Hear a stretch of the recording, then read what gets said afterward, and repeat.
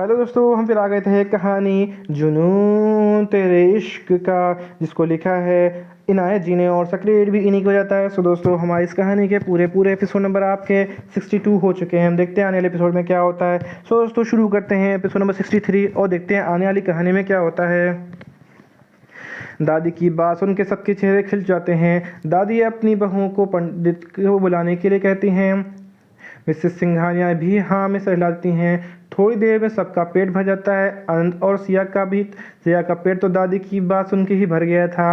नाश्ते के बाद आरव उठते हुए बोलता है, मैं अभी ऑफिस जा रहा हूँ, और सभी की तरफ पॉइंट करते हुए बोलता है, अगर आज सबको कहीं बाहर जाना हो तो बॉडीगार्ड के ही साथ जाएंगे, और अगर कोई वजह ना हो तो कोई जाने की कोई ज़रूरत नहीं है। सब अपना ध्यान रखना। सब अच्छे बच्चों की तरह हाँ में सहला देते हैं। उनके बाद आरव अनंत को इशारा करते हुए बोलता है, जाना नहीं है। आरव की बात सुनकर अनंत अपनी बत्ती सी दिखा देता है और फिर आरव के पास जाते हुए बोलता है, यार अनारकली, मेरी शादी होने वाली है। अब मेरी होने वाली बीवी इतनी सुंदर है तो मुझे भी तो कुछ सोचना पड़ेगा ना। उसके बराबर जाने का। एक सेकंड, कुछ लिखा है। अब तो मेरी होने वाली वाइफ इतनी सुंदर है तो मुझे भी तो कुछ करना पड़ेगा ना उसके बराबर जाने को। नहीं तो लोग क्या कहेंगे, बोलेंगे कि दूल्हा तो बिल्कुल भी गुड लुकिंग नहीं है। तो अब सोच कि अगर दूल्हा ही सुंदर नहीं दिखेगा तो कैसा रहेगा। तो मैं ऑफिस जाऊंगा तो काम का स्ट्रेस, ऊपर पॉल्यूशन इतना है, मेरी दूध जैसी सफ़ेदी कम हो जाएगी तो मैं अच्छा नहीं लगूंगा। और अगर ऐसा हुआ तो फिर हम दोनों की फ़ोटो बहुत अच्छी नहीं आएगी। तो मैं ये बोल रहा था कि जब तक मेरी शादी नहीं हो जाती तब तक तो मुझे ऑफिस से छुट्टी दे दे। वैसे भी मुझ जैसे क्यूट से बेबी से तुम कितना काम करवाओगे। मैं थोड़ा सिया की शॉपिंग करवा देता हूँ। तुम समझ रहे हो ना कि मैं क्या बोल रहा हूँ। शादी तक क्यों, जब तक तेरे बाट शादी तक ही क्यों, जब तक तेरे बेटे वगैरह ना हो जाता तब तक छुट्टी कैसे रहेगी। आरव अपने वही खड़ूस वाले अवतार में बोलता है। अनुज की बात समझ नहीं आती और वो नासमझी से बोल देता है, आई लव यू अनारकली, तू मेरा भाई ही नहीं, मेरे लिए भगवान है। वहीं बाकी सब अन के बचकाने देख के हंसने लगते हैं। वहीं आरव अपना सिर पीट लेता है। आरव बाहर जाते हुए इशारा करता है आदिल से और निकल जाता है। आदिल अपनी जगह से उठता है और अनंत को अपने कंधे पर उठा के बाहर जाने लगता है। अनंत जोर जोर से चिल्लाते बोलता है, ओए खली भली, मुझे नीचे उतार, तुझे शर्म नहीं आती क्या, मुझ जैसे छोटे बच्चे पे जुल्म करते हुए। दादी बचाओ। पर आदिल तब तक उसे कार के अंदर डाल देता है जैसे कोई लगेज कार में डाल रहा हो, और अनंत की आवाज़ वहीं दबके रह जाती है। और आदिल अनंत को ऑफिस लेके निकल जाता है। कार में आदिल अपना मुंह फुला के रह जाता है। अनंत अपना मुंह फुला के रह जाता है पर कुछ भी नहीं कर पाता। वहीं आरव और आदिल मंद मंद मुस्कुरा देते हैं। तीनों ऑफिस पहुंचते हैं और अनंत बिना कुछ बोले कार से निकल के सीधे अपने केबिन में चला जाता है। सबको अनंत का उतरा हुआ चेहरा देख बहुत बुरा लग रहा था, लेकिन कोई पूछे भी तो क्या कहे और किससे, इसलिए चुप रहने में ही भलाई समझते हैं, क्योंकि पीछे उसका हिटलर बॉस अपने अपने वही एरोगेंट नेचर के साथ अंदर आ रहा था। और सब लोग उसे गुड मॉर्निंग विश करते हैं। आरव हाँ में सला के अपने केबिन की ओर बढ़ जाता है। सब लोग अपने काम में बिजी होते हैं। ऐसे ही पूरा दिन निकल जाता है और अनंत आदिल और आरव से कोई बात नहीं करता। ऑफिस के बाद सब लोग घर के लिए निकलते हैं तो आदिल आरव से बोलता है, आज तो क्यूटी पाई ने केबिन से बाहर ही नहीं निकला, देखा नहीं, लगता है कुछ ज़्यादा ही नाराज़ हो गया है। तुम्हें उससे मनाना चाहिए। उससे तो बिना खाने के तो 1 घंटा नहीं रुका जाता, तो और आज तो उसने लंच भी नहीं किया, बस सुबह से काम ही कर रहा है। आदिल की बात सुन आदिल हंसने लगता है। तो आदिल उससे पूछता है, मैं इतनी सीरियस बात कर रहा हूँ और तू है हंस रहा है। आदिल की बात सुन के बोलता है, मेरे साथ आओ। और वो दोनों अनंत के केबिन में एंटर करते हैं। केबिन में आते ही आदिल की आंखें खुली की खुली रह जाती हैं। पूरे केबिन में चिप्स के कुरकुरे, चॉकलेट के कागज टुकड़े पड़े हुए थे। टेबल पे पिज़्ज़ा के 3-3 बॉक्स रखे हुए थे। कहीं सॉस लगा हुआ था, कहीं कुछ मिला, कहीं कहीं सॉस लगा हुआ, कहीं कुछ था। पूरे केबिन की हालत ख़राब हो रखी थी और उसके साथ ही अन्य केबिन में सोफे पे बिखरा पड़ा हुआ था, मतलब सोया हुआ था। उसको देख के आदिल अपना सिर पीट लेता है। ये सब देख के जहाँ आरव को हंसी आ रही थी, वहीं आदिल का दिमाग गर्म हो रहा था। आदिल पानी की गिलास उठाता है और सारा पानी अनंत पे डाल देता है। अनंत हड़बड़ा के उठते हुए बोलता है, बचाओ बचाओ, बाढ़ आ गई, प्लीज़ सेव मी समबडी। वहीं आरव चेयर पर बैठ के अपने सामने वाले चल रहे लाइव शो को एंजॉय कर रहा था और हंसे जा रहा था। अनंत अपनी आंखें खोल को देखता है तो धीरे धीरे उसे सारी सिचुएशन समझ आ जाती है और वो आदिल को घूरते हुए बोलता है, तुम्हारी तुम्हारी हिम्मत कैसे हुई मुझ पर पानी डालने की? आफ्टर ऑल मैं तुम्हारा होने वाला जीजा हूँ और तुम्हें मामा बोलने वाले बच्चों का बाप हूँ। आदिल उसकी बात सुन के बोलता है, पहली बात अभी शादी हुई नहीं है, अगर तुम्हारा यही तेवर रहे तो मुझे सोचना पड़ेगा कि तुम्हारी शादी अपनी बहन से करानी है या नहीं। और दूसरी बात यह है, मैं तुम्हारी फिक्र में आधा हो गया कि तुमने खाना भी नहीं खाया और तुम यहाँ घोड़े बेच के सो रहे हो। आदिल की बात सुनकर अंश झेप जाता है और बोलता है, वो तो मुझे भूख लगी थी तो खा लिया, तो तुम इतना हाइपर क्यों हो रहे हो? और मुझे तो कहीं से भी आधे नहीं दिख रहे हो। मिनी एलिफेंट के वहीं एलिफेंट को खाली के पापा लग रहे हो, क्या लिखा है, और मुझे तो कहीं से आधे नहीं लग रहे हो। आदिल को अनंत की बात से सुन के गुस्सा आ जाता है। आरव उसको मारने के लिए पीछे दौड़ता है, लेकिन अनंत भी जल्दी से जाके अपनी अनारकली की एक मिनट आदिल को अनंत की बात सुन के गुस्सा आ जाता है। आदिल उसको मारने के लिए पीछे दौड़ता है, लेकिन अनंत भी जल्दी से जाके अपनी अनारकली के पीछे छुप जाता है, लेकिन उसकी अनारकली भी आज उसके कोई काम नहीं आई। वो हंसने में बिजी थी। अनंत आदिल से बचने की जगह ढूंढने लगता है, लेकिन आदिल के सामने उसकी क्या ही चले। आदिल अनंत को पकड़ लेता है और उसे सोफे पे गिरा के खुद उसके ऊपर आ जाता है और उसको पंच मारने लगता है। आदिल अनंत की हालत ख़राब किया जा रहा था।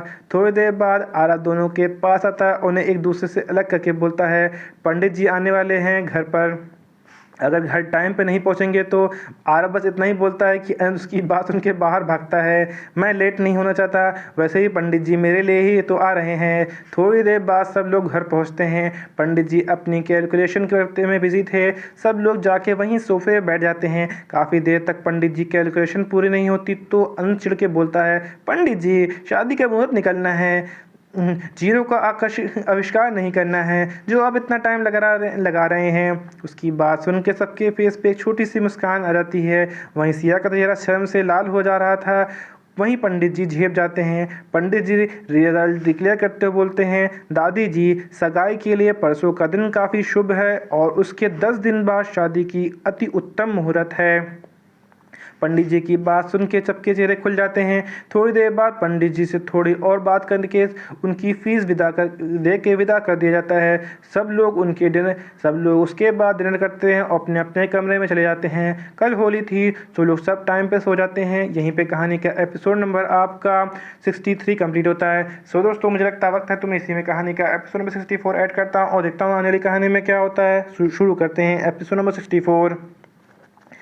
नेक्स्ट मॉर्निंग सब लोग होली की तैयारियों में बिजी थे। आरव और उसकी पलटन सारे अरेंजमेंट करवा रहे थे और सारी लेडीज मिल्क की मिठाई बना रही थी। आरव ने उस हमले को देखते हुए घर की सिक्योरिटी को काफ़ी अच्छी टाइट कर दी थी। किसी को भी बिना चेकिंग के अंदर आने की परमिशन नहीं थी। पार्टी अरेंजमेंट बाहर लॉन में किए गए थे। आदिल के पेरेंट्स इस दुनिया में नहीं थे तो सिर्फ अमन की फैमिली आने वाली थी। उसके मॉम डैड आ चुके थे। वो आके बाकी सिंघानिया फैमिली से मिलते हैं। आरव और बाकी सब ने मिलकर लॉन को बहुत अच्छे से रेडी कर दिया गया था पार्टी के लिए। और थोड़ी देर में मेहमान आने भी शुरू हो गए थे। दादी और घर के बड़े रेडी हो चुके थे। अब सिर्फ बच्चों का रेडी होना बाकी था। सब लोग रेडी होने अपने अपने रूम में चले जाते हैं, लेकिन आज सारी गर्ल्स एक जगह रेडी हो रही थी और बॉयज़ एक रूम में। बॉयज़ ने white kurta with blue jeans carry किया हुआ था और सारे एक दूसरे के लुक्स में टक्कर दे रहे थे। आज तो लड़कियाँ भी बिल्कुल अलग लग रही थी। सैम ने वाइट कलर का लहंगा पहना हुआ था और सिया ने वाइट कलर का शरारा सूट पहना हुआ था। वहीं आनंद ने वाइट कलर का लॉन्ग सूट कैरी किया किया हुआ था जो कि बैकलेस था। प्रिया ने वाइट साड़ी पहनी हुई थी। थोड़ी देर में बॉयज़ तो नीचे चले आते हैं, लेकिन गर्ल्स तो भाई लगता ही वक्त है। सारे लड़के अपनी अपनी वालियों का इंतज़ार कर रहे थे, बार बार सीढ़ियों की तरफ देख रहे थे। थोड़ी देर में उनका इंतज़ार पूरा हुआ और उनकी जान अप्सराएं उनकी तरफ आ रही थी सीढ़ियों से, और वो सारे मुँह फाड़े उन्हें देखे जा रहे थे। तभी दादी की आवाज़ से उनके कानों में पड़ती है, और अरे मुंह बंद कर लो, सारी की सारी मेरी बच्चियों को नज़र लगाओगे क्या? दादी की बात सुनकर सारे झेप जाते हैं और इधर उधर देखने लगते हैं। अब तक सारे मेहमान भी आ चुके थे और पार्टी शुरू हो गई थी। सभी बच्चे अपनी अपनी जोड़ीदार के साथ दादी और बाकी बड़ों का आशीर्वाद ले रहे थे, और उसके बाद सब लोग लॉन में आ जाते हैं। सब इधर उधर बिजी हो जाते हैं। सनम किसी काम से अंदर जाती है। उसके प्यारे पति की नज़र तो तब से उस पर ही थी। उसके पीछे पीछे भंवरे की तरह उसके पास पहुंच जाता है और उसका हाथ पकड़ के एक कोने में खींच लेता है और उसकी कमर पे हाथ डाल के उसे चिपका लेता है। सनम आरव की इस हरकत से डर जाती है और फिर उसे एहसास हो पहचान का नॉर्मल हो जाती है। आरव सनम के चेहरे पे आए हुए बालों को पीछे करते हुए बोलता है, जान, आज तुम्हें सबसे पहले रंग मैं ही लगाऊंगा, किसी और को लगाने की सोचना ही मत, वरना तुम तो जानती ही हो कि मैं क्या कर सकता हूँ। और एक आँख ब्लिंक कर देता है। आरव पास में रखी थाली से रंग अपने हाथ में लेता है, लेकिन जैसे ही वो सनम को लगाने का होता है वो एकदम से चिल्लाती है, डैड, और आरव से दूर हो जाती है। आरव को भी लगता है कि उसके डैड शायद उसके पीछे हैं, और वो मुड़ के देखता है तो वहाँ से नहीं होते। वो समझ जाता है कि सनम ने उसे पागल बना दिया, लेकिन वो सनम की ओर मुड़ता है तो तब तक सनम उससे दूर भाग गई थी और जाते जाते बोल रही थी, इतनी जल्दी हाथ में नहीं आऊँगी पतिदेव, आज आपको थोड़ी मेहनत तो करनी ही पड़ेगी। आरव सनम की हरकत पे उसे थोड़ा नकली गुस्से से बोलता है, सनम की बच्ची, ये तुमने ठीक नहीं किया, मैं तुम्हें नहीं छोड़ूंगा।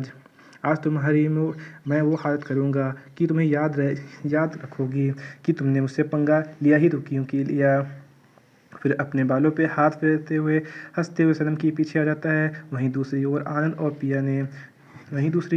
और प्रिया ने मिल के अमन और आदित्य की बैंड बजा दी थी। उन्हें पूरी तरह रंग से पानी में नहला दिया था। वहीं बेचारा अनंत तो सिया के पीछे मनाते हुए घूम रहा था, क्योंकि सिया को ठंडाई पीनी थी और उसे मना कर दिया था पीने से, क्योंकि उसमें भांग मिली हुई थी। लेकिन सिया को लगा उसे जूस जानबूझ के ठंडाई पीने नहीं दे रहा है, इसलिए उसे नाराज़ होकर बैठ गई थी और आनंद उसे मना रहा था, लेकिन सिया तो उसकी और भी नहीं मान रही थी। लास्ट में आनंद अपनी पलटन से हेल्प लेने के लिए उनके पास चला गया। सारे बॉयज़ मुँह लटकाए हुए थे, क्योंकि उनकी प्यारी प्यारी बीवी है उन्हें भाव नहीं दे रही थी। सब अपने मुँह लटकाए बैठे थे कि तभी वहाँ आरव और के डैड आते हैं और बोलते हैं, क्या हुआ, मेरे बच्चों का मुँह क्यों लटका हुआ है, कोई कुछ बोलेगा भी नहीं। तो मिस्टर सिंघानिया कोई कुछ बोलता है, एक सेकेंड, हाँ। तभी आरव के डैड आते हैं और बोलते हैं, क्या हुआ, मेरे बच्चों का मुंह क्यों लटका हुआ है, कोई कुछ बोलता भी नहीं। तो मिस्टर सिंघानिया आगे बोलती हैं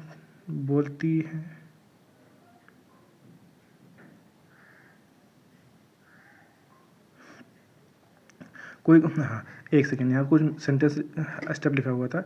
सब अपने मुंह लटकाए बैठे थे कि तभी वहाँ आरव के डैड आ जाते हैं और बोलते हैं, क्या हुआ, मेरे बच्चों का मुंह क्यों लटका हुआ है। तो सभी एक साथ कहते हैं, कुछ नहीं, कोई कुछ बोलता ही नहीं। तो मिस्टर सिंघानिया आगे बोलते हैं, अरे मेरे जवानों, ये यार या त्यौहार है, अगर वो तुम्हें भाव नहीं देती तुम लोग उन्हें अपने रंग में रंग डालो। क्या अब वो भी मैं भी तुम्हें बताऊंगा। नहीं डैड, हम समझ गए। और यहीं पे कहानी का एपिसोड नंबर आपका 64 कंप्लीट होता है। तो दोस्तों, आपको एपिसोड नंबर 64 कैसा लगा हमें कमेंट करके ज़रूर बताइए। कहानी को ऐसा आंश भाग जो कुछ समझ में ना आया हूँ, आपको अटपटा लगा हो तो भी हमें कमेंट करके ज़रूर बताइए। कहानी अच्छी लगी तो इसको लाइक कीजिएगा, शेयर कीजिएगा, चैनल को सब्सक्राइब करिएगा, ताकि आपको हमारी आने वाली अगली वीडियो अब तक आसानी से पहुँच सके। तो दोस्तों, हम फिर मिलेंगे एक नए वीडियो के साथ, एक नए एपिसोड के साथ। तब तक के लिए मुझे इजाज़त दीजिए। धन्यवाद दोस्तों।